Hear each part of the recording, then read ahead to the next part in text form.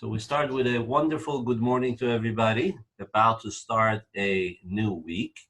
And of course, we picked chapter 32 to learn during the 3 weeks leading up to Tisha B'Av, because the love of your fellow has to do with the rebuilding of the Beis HaMikdash and the coming of Mashiach.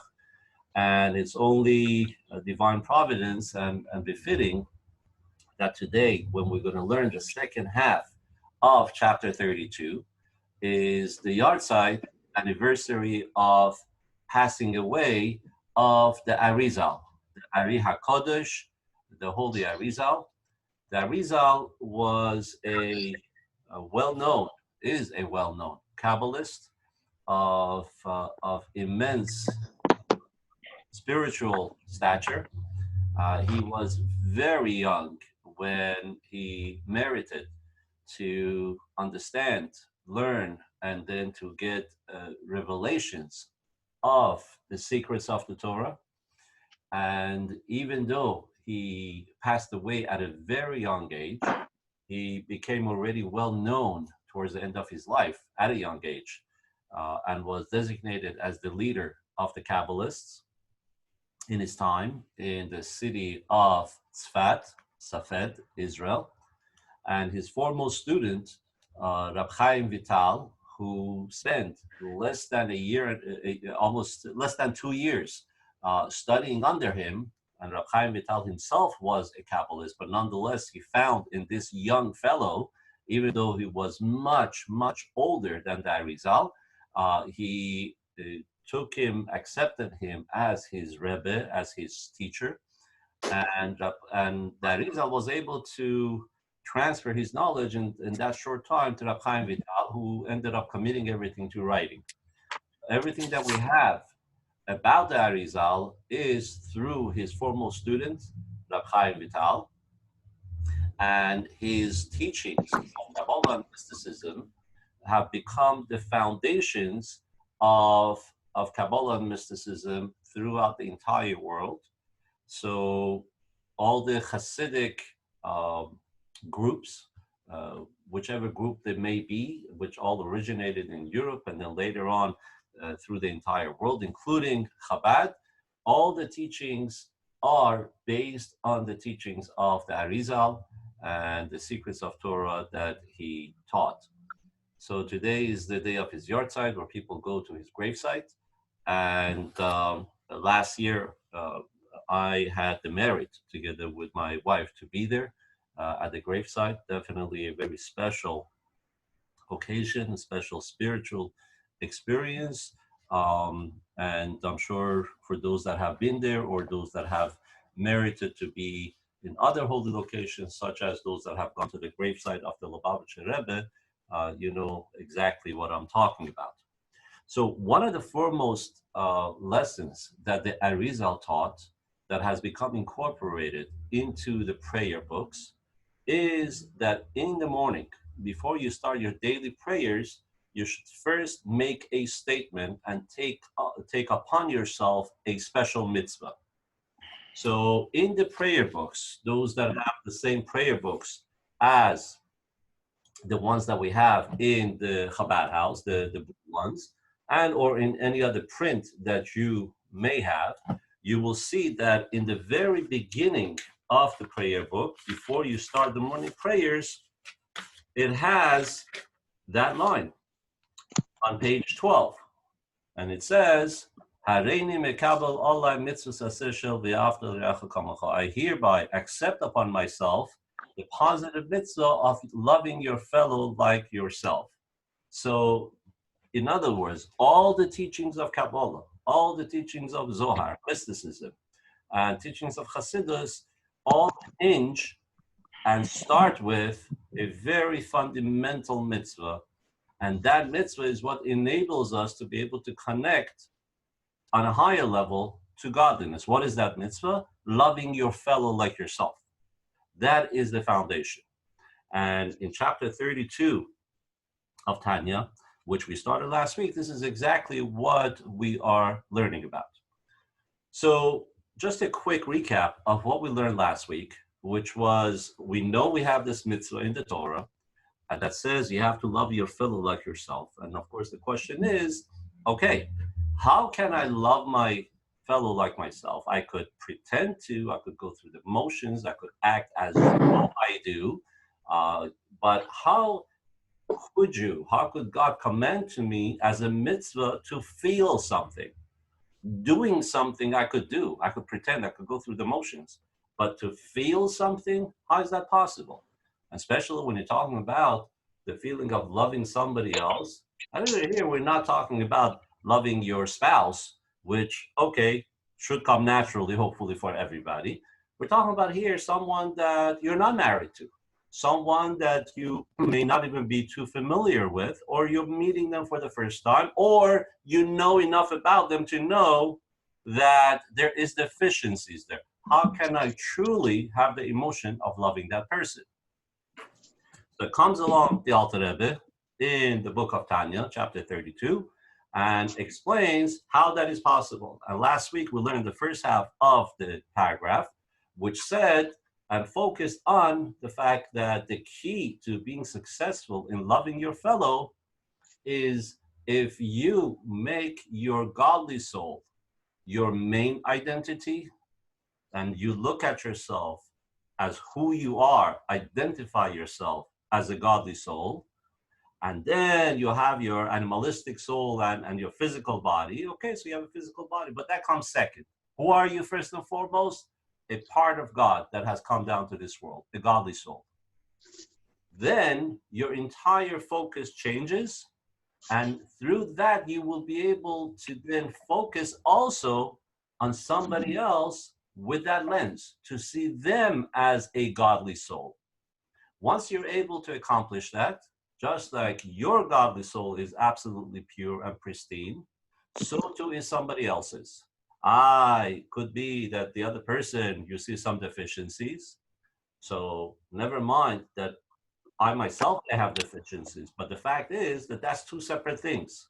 There is the body, the physical life of the other person, or the animalistic soul of the other person, and then there is the godly soul. The godly soul is untouchable, pristine, holy, goodness. And once you could do that, then therefore you're able to love your fellow just like you love yourself. And by the way, just like you should love yourself. There are a lot of people who are challenged in that area, and they look down upon themselves, and they don't realize the preciousness of who they are, of the gift that God has given them, and God has deemed them worthy to be holding on to this gift, to the godly soul. And that's very special.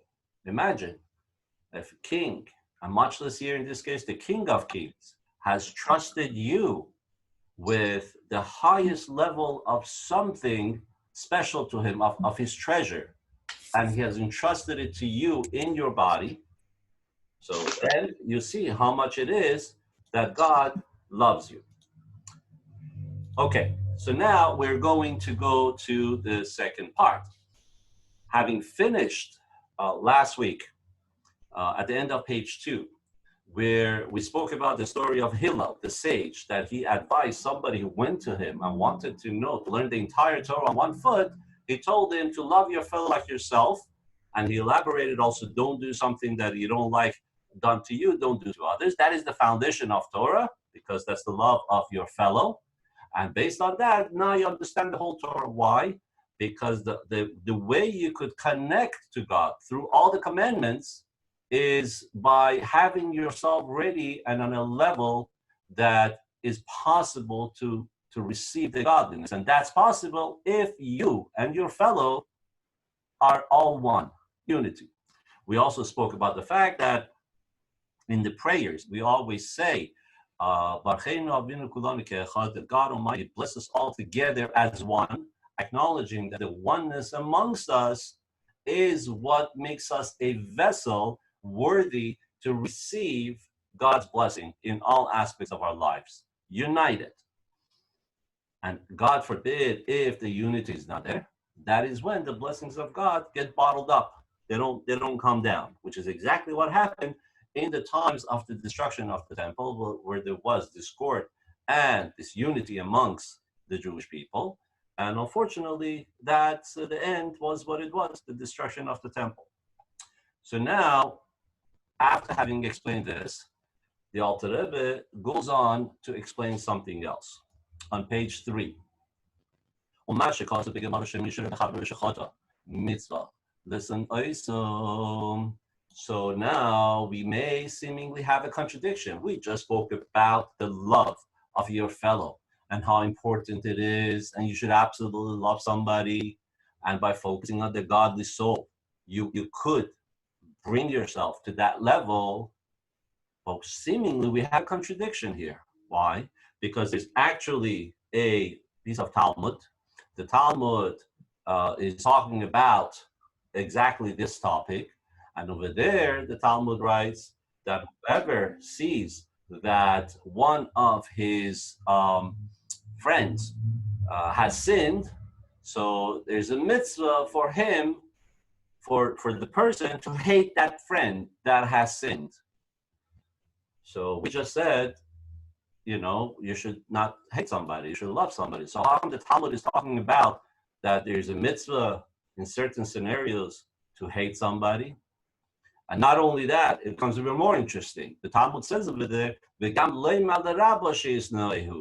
and not only you should hate that person, but you should also tell your Rebbe, your teacher, seemingly if you have a common teacher, you and the other person, so then you should also tell your friends, say, Rebbe, I don't think you should really love that person because he has done X, Y, and Z. So how could it be? We just finished talking about loving your fellow like yourself, no matter what.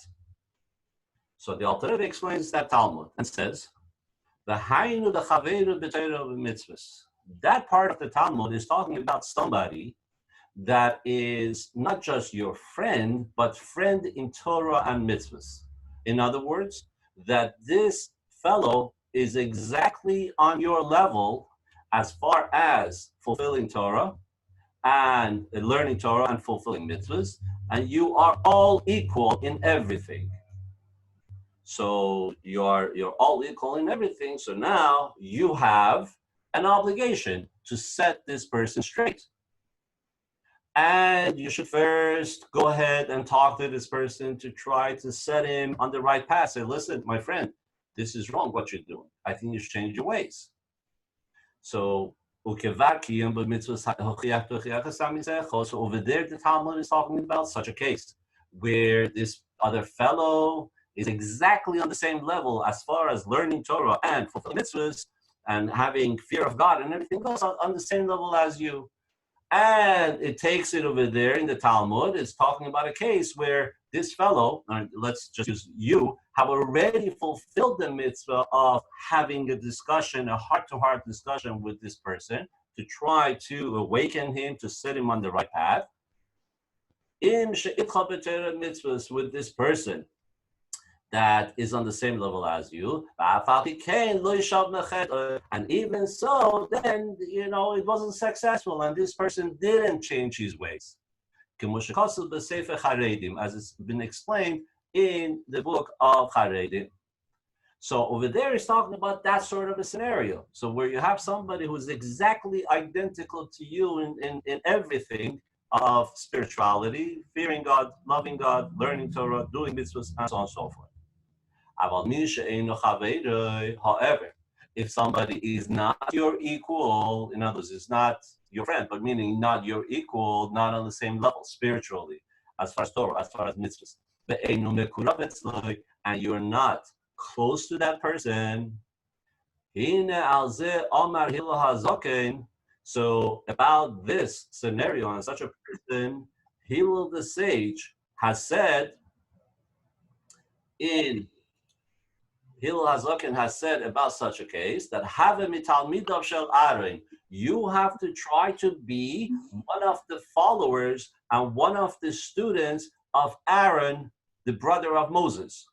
What was so unique about Aaron, Moses' brother? As it's well known that he was Ohev Shalom Verodev Shalom. He was the pursuer of peace and he was the lover of peace. So therefore, that's what he did. What did he do?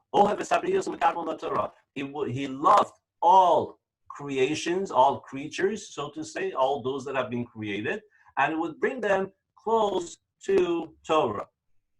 As it's well known, the difference between Aaron and Moses. Of course, Moses was the leader, Aaron was the high priest, but as far as personality, and by the way, by way of distinction, um, Aaron was truly beloved amongst people. So was Moses. But here's an interesting fact that when Moses passed away, so of course the Jewish people were sad, but as far as who was mourning him, well, those that were close to him, those that were following him very closely and so on and so forth, they were hit really hard. The entire Jewish people, of course, were sad, but those that were hit hard were the ones that were his close circle, that were his students, his followers. However, when it came to Aaron, it says that every single person, young and old, men, women, children, everyone was mourning for Aaron. Why? Because Aaron was a pursuer of peace. No matter what, he wanted to see people live together in tranquility. As it's well known that he would, for example, go over to, let's say, two partners that had a fight, two friends, and they had decided not to talk to each other. That's how bad it had gotten. He would go over to one of them and say, "Hey, you know, your friend was asking about you. He was really worried. How you doing?" So the other partner would go, "Really? Are you serious?" "Yeah, he's really concerned about you." So then the friend would go, "Ah, okay, yeah, I mean, listen, I'm good and I feel bad. Yeah, how is he doing?" Then Aaron would go over to the other one and play the same scenario. Of course, it never happened. He made it all up, but he was able to bring the people together. And he did the same thing for husbands and wives. And he would go over to them and say, "Listen, you know, I just bumped into your husband. He's really sorry. He forgot about your birthday or about your anniversary. But, you know, he's really sad. He's down. He doesn't know what to do with himself. He's crying out there." So the wife would go, "Oh, really? Oh, poor thing. I didn't know. I mean, I was upset. But listen, not that upset." And before you know it, it would bring them back together and they would live peacefully together because peace and love was the main theme. So, and that's what it says in the Mishnah, that anyone that is unfortunately not in the right path of Torah and mitzvahs, the Mishnah tells us you have to be a follower of Aaron, the Cohen, just like he only loved people and brought them together. Saying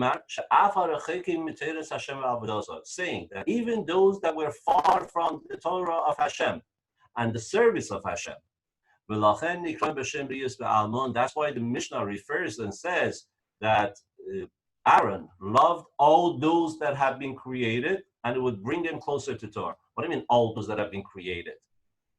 In other words, all those that have no redeeming value, the only nice thing you could say about them is that God created them. That's about it. There's nothing else special about them. But even such a people, Aaron really loved, and he tried very hard to bring them closer to Torah. Loimar, that even such a people, you have to people that have maybe no other redeeming value other than that they're created by God. You have to love them enough that you should bring them closer to the service of God through love by pulling them, so to say, allegorically, with the chains and the cables of love. You should bring them in.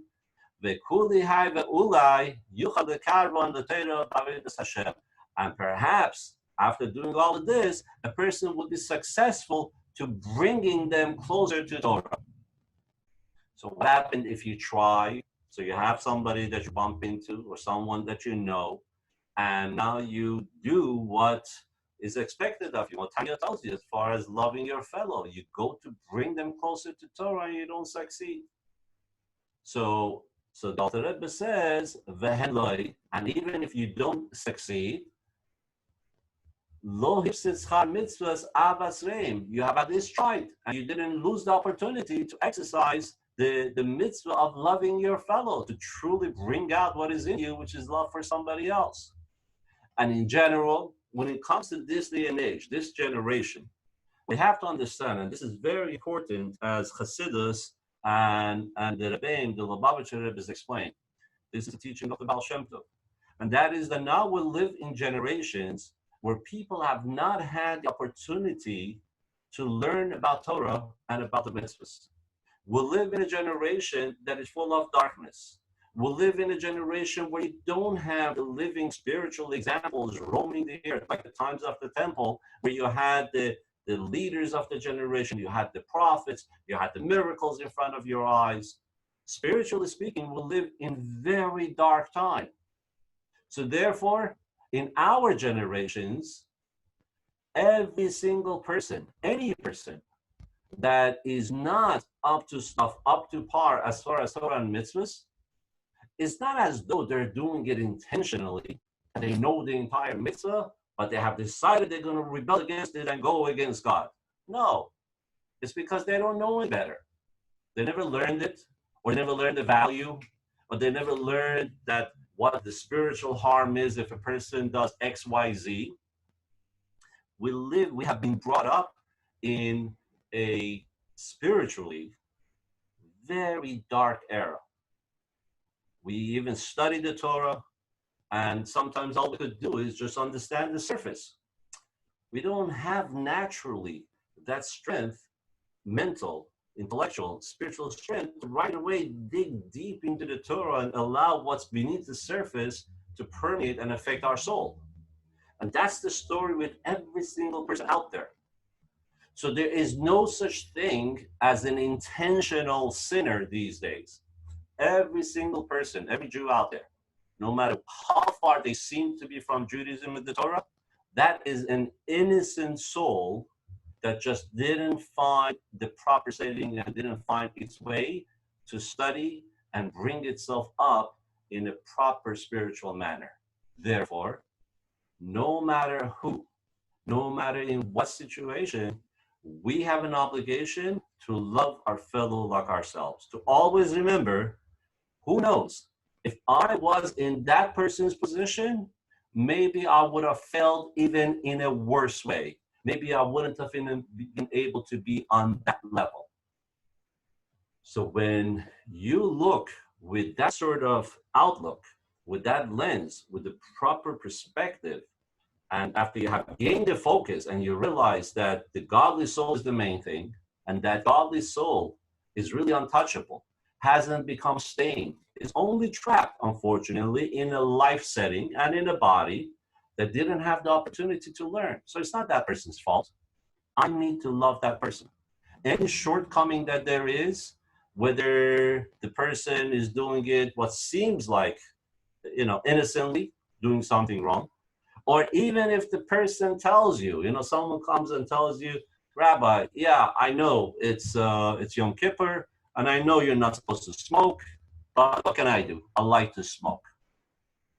That doesn't mean this person knows and is rebelling against God. Not in our generation. In our generation, even such a person is considered to be somebody who doesn't know. Is considered to be like a child that was adopted at a young age and never had the proper upbringing of the environment, like it happened in Russia, right? You had the Cantonistan, where the Jewish children would be stolen at a young age. They would be taken to the army, and they would grow up just knowing they're Jewish, but they knew nothing else about Judaism. So these people, after 25 years in the army, would come out. They had a hard time integrating into society, and they knew nothing about Judaism. And in those days, the Hasidic leaders, the Lubavitcher Rebbe, taught everybody that these people you have to love. They told all the religious groups that you have to love them like the people of your own eye, because these people are actually righteous people. They have gone through all of that. They didn't have the way to learn about Judaism, to know anything about God, but they're holding on to the only thing that they knew, and that is they're Jewish. So that is the right way of approaching the subject of loving your fellow. And the Alter Rebbe continues at the bottom of the third page.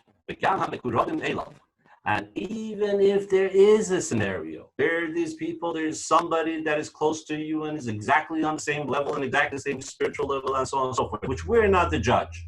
We would never know. But even if there was, and we're saying that the Talmud says there's a mitzvah to, after you have tried to set them straight, but they still want to go and go against God and sin and do the wrong thing. We said the Talmud says there's a mitzvah to hate that person. So the Alter Rebbe says mitzvah la'avon gamkin, but at the same time there is also a mitzvah to love these people. So how could it be? How could you hate and love the same person at the same time? It's a love and hate relationship. It sounds like a couple, love and hate relationship. How could you love somebody else and hate them at the same time? So the Alter Rebbe says, both of these are true. Why? Even if there is such a person that is exactly on the same level as you, and you have tried to set this person straight, and it didn't go, true. So you should despise the bad that is in them, which is the animalistic soul, which is causing this person to go in the wrong path. However, but you have to have absolute love for the good which is hidden and treasured in this person. What is that good? That's the godly spark that is within this person, which is giving life to this godly soul that is in the person. The godly soul is untouchable. That's lovable. And you should love this person. And how do you do that? How do you bring about love? Again, it's a challenging situation if you know this person has some shortcomings. And that is also through awakening mercy in your own heart on this person. You should have pity on that person. Why? Because the good which is in them is like in exile, in the darkness and the level of impurity inside the body, which is overpowering and is winning over the godly soul. We're talking about, of course, people that are in the level of the wickedness and Rashaim, they go against the Torah.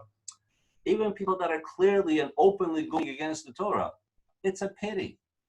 We have to have mercy on them in our heart, because we know there's goodness in there. We know there's a godly soul in there, but it's been trapped, so much so that it can't even show itself. The hands and feet of the godly soul are completely tied by the animalistic soul in this person. V'harachmanus, and the characteristic of mercy, when you awaken and arouse mercy in your heart on such a person,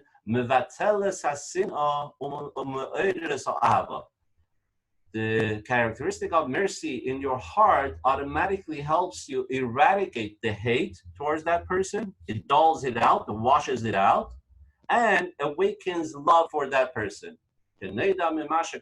As it's known, what has been written in the book of prophets, where it says, that Jacob, who redeemed Abraham. What does it mean, Yaakov, who redeemed Abraham? This is a Kabbalistic sentence that has been written in the book of the prophets. Well, Jacob and Abraham, let's talk about the 10 Sefirot, if you remember, right? Kindness, severity, and then is love or mercy or beauty. There is all different sorts of names for the third one. So love, kindness is represented by Abraham. Severity, Gevurah, is represented by Isaac. And the third one, which is the mixture of kindness and severity in a perfect balance, which is the idea of mercy, that is represented by Jacob. So when the verse says, for Jacob is the redeemer of Abraham, is talking about how in a person having mercy, when you arouse mercy on yourself, when you arouse in yourself mercy on somebody else, compassion about somebody else, that arouses love for the other person, because mercy, because Jacob could redeem Abraham, which is kindness and love. And as we know, King David has written in the book of Psalms about those that are against Hashem. So he writes of it that I despise them with the epitome of despise. I really abhor them. So what does it mean? How could King David, after everything that we just learned about How could it be that King David actually has hatred? But rather over there, King David is talking about in that generation, when the Jewish people were on a high spiritual level, and there were people who knew the entire Torah. They had the opportunity. They were raised in the most spiritual of generations, and nonetheless, they were denying God and denying the Torah, and they were going against the Jewish people. So about those people, it says that they don't have a share in the God of the Jewish people. It was that category that King David despised and had hatred for. However, for those that didn't have that level of spirituality or upbringing or awareness, such as in our generation, there is no such thing. Our generation is a generation of, unfortunately, of orphans. Spiritually speaking, we are orphans. We don't have the same set of leaders that could lead us. There's no true, we had physically the Lubavitcher Rebbe and his teachings continue to inspire us, but still, we're not in the times of the temple of the Beis HaMikdash where spirituality could so easily be attained and experienced. So yes, we are inspired. Yes, despite all odds, we stay Jewish and we're learning, we're lifting ourselves up. But what we could accomplish, what we did accomplish in the times of the temple, Beis HaMikdash, and what we will accomplish when Mashiach comes, is incomparable to what could be done now in the times of darkness. So now, every single soul, every single Jewish person, we have to love like ourselves, because at the core of that person, the true identity of that person, just like our own, is a godly soul. It is the Gemara design the Shabbos, as it's been explained in the Talmud, the tractate of Shabbos. So this is the method, the formula to achieve the mitzvah of loving your fellow like yourself, which is seemingly challenging, because tell me to put on tefillin, I can put it on. Tell me to light Shabbos candles, I could do that. Tell me to eat kosher, I could do that. You tell me I have to love, how could you dictate for me to have an emotion? An emotion. So now we have learned in this chapter 32 that it's an achievable emotion, and we'll learn in two separate steps. The fact that first and foremost is you change your glasses.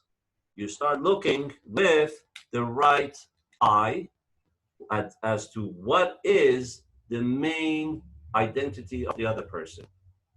And that's, by the way, first you have to learn the true identity of yourself. You're a godly soul, and so is everybody else. The fact that our godly soul gets restrained and captured, and its hands are tied by the physical body and the physical yearnings, the animalistic soul, it's not the soul's fault. We were sent down to this world, and it's not the other person's fault either. Yeah, you should try to guide them, and whether you'll be successful or not, who knows? You should try. But at the end of the day, even if you don't, and the person continues to be the same, you still have a mitzvah to love that spark of holiness that is in that person. And at the same time, don't learn from the other person with the wrong things that the other person is doing. That is the foundation of the mitzvah. And we also learned that there is such thing as rachmanus, as having compassion, having mercy on the other person. In other words, in your heart, sometimes it's very hard to love the other person. But once you realize this person that has been not nice to you actually told you off, and you start thinking, yeah, does this person have a life? Unfortunately, has been trapped in a life that is leading him down the wrong path, and is probably having a lot of hardship. And at the end of the day, it's because of all of that, this person is how he or she is. So therefore, it's Rahmanis. Now, the truth is that the legal system these days, the Western civilization, has taken this to the extreme, right? The guy could kill somebody, and they come and they go, oh, this kid got beaten up by his parents as a kid. So therefore, it's, untouchable. We got to love this person. Maybe we should give him a Medal of Honor, because now he's grown up and he did everything he did is because of his childhood. Of course, look, we're not talking about not holding people responsible. There's still a law. There's still the normal way of dealing with things. In other words, if I'm not saying it's a mitzvah to hear derogatory things from another person and to keep quiet. It's not a mitzvah to get ripped off by another person and to be quiet. It's not a mitzvah to, you see where I'm going with all of this. You got to deal with things in this physical world. That's all granted. That's proper. But how do you feel in your heart towards the other person? That is the subject matter of chapter 32. And of course, if everything we spoke about was mostly about someone who you don't know, or you do know and you see some challenges there, but if the other person has done something wrong to you, that's when you really have to put your mitzvah of loving your fellow into high gear, and it becomes challenging. But going back to step number one, who are you and who's the other person? If you are a godly soul and the other person is a godly soul, so you already have something in common. Circumstances, how you were brought up may be different. And unfortunately, you got to have rachmanis, you got to have pity, you got to have compassion on the other person for not having the same opportunities as you. But the love for that person, you have to find. And sometimes you got to dig deep. So that is the conclusion of chapter 32 of Tanya, how to achieve the emotions of loving your fellow like yourself. Any questions?